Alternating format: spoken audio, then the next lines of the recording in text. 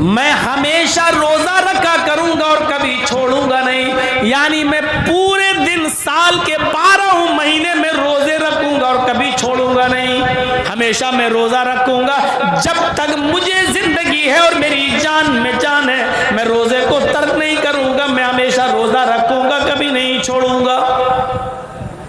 اب تیسرا بچا، تیسرے نے کہا تم رات بھر نماز پڑھو گے، تم دن بھر روزہ رکھو گے، تو اب میں کیا کروں؟ دن تو تم نے لے لی، رات تم نے لے لی، میں بھی تو عبادت کرنا چاہتا ہوں۔ تو تیسرے نے بڑا عجیب ایک عبادت کا ایک تیسرا طریقہ، اس نے کہا انا اعتزل النساء فلا تزوج،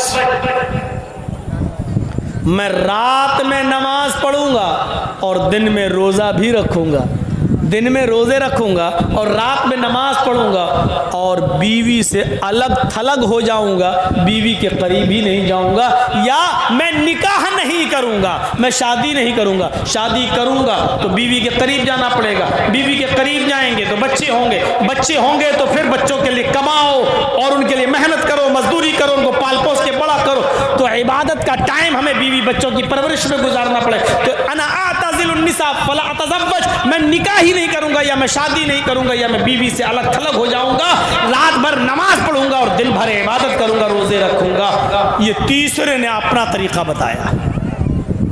تو تین صحابی تین جگہ بٹ گئے، ایک نے کہا میں رات بھر نماز پڑھوں گا، دوسرے نے کہا میں دن میں روزہ رکھوں گا، کبھی چھوڑوں گا نہیں، تیسرے نے کہا میں رات میں نماز بھی پڑھوں گا اور دن میں روزہ بھی رکھوں گا اور بیوی کے قریب نہیں جاؤں گا۔ تین لوگوں نے تین قسم کی باتیں کہیں۔ رات بھر میچ کھیلنے والوں، جناب محمد الرسول اللہ کو جب اس بات کا علم ہوتا ہے کہ تین صحابہ ایسا ایسا بولے، تو آپ ان تینوں کے پاس گئے، آپ ان تینوں کے پاس تشریف لے گئے، اور جب ان تینوں کے پاس گئے تو آپ نے ان سے پوچھا انتم الذی قلتم کذا و کذا، یہ ہے بخاری شریف کتاب النکاح کے الفاظ، یہ ہے بخاری کی حدیث کتاب النکاح کے الفاظ، سمعت انتم الذی قلتم کذا و کذا، میں نے سنا ہے، کیا تم ہی وہ لوگ ہو جو ایسا ایسا کہہ رہے تھے؟ کیا تم ہی وہ لوگ ہو جو یہ کہہ رہے تھے کہ میں رات بھر نماز پڑھوں گا؟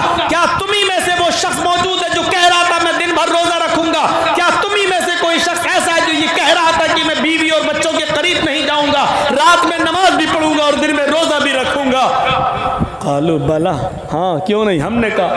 اے اللہ کے نبی صاف دل کے تھے، جھوٹ نہیں بولا کرتے تھے، صاف طور پر کہہ دیا کہ ہم ہی نے ایسا ایسا کہا ہے۔ اللہ کے رسول نے ان تینوں سے کیا کہا؟ وہ میچ نہیں دیکھ رہے تھے، میچ کھیل بھی نہیں رہے تھے، پوری رات جیو اور ایئرٹیل کی طرف سے ملنے والا 2 GB ڈاٹا بھی دیکھ کر ختم نہیں کر رہے تھے، بلکہ نماز پڑھنے کی بات اور روزہ رکھنے کی بات انہوں نے کہی تھی، نیک کام کرنے کی بات انہوں نے کہی تھی، لیکن اللہ کے رسول نے اس سے بھی منع کر دیا اور فرمایا نہیں، تم رات بھر نماز پڑھنا چاہتے ہو؟ ہاں، نہیں، تم ایسا نہیں کر سکتے، تم دن بھر روزہ رکھنا چاہتے ہو ہمیشہ، تمہارے لیے یہ کام بھی غلط ہے، نہیں کر سکتے۔ اور اے حضرت جی، تم بیوی بچوں کو چھوڑو گے، رات میں نماز اور دن میں روزہ؟ ہاں۔ تو کہا کہ اچھا ایک بات بتاؤ، اللہ سے تم زیادہ ڈرتے ہو یا میں؟ صحابہ بولے اللہ کے نبی ہم کہاں، آپ سے زیادہ کون اللہ سے ڈرنے والا ہوگا، آپ زیادہ ڈرتے ہیں۔ اللہ کا خوف تمہیں زیادہ ہے یا مجھے؟ نہیں، آپ کو زیادہ ہے۔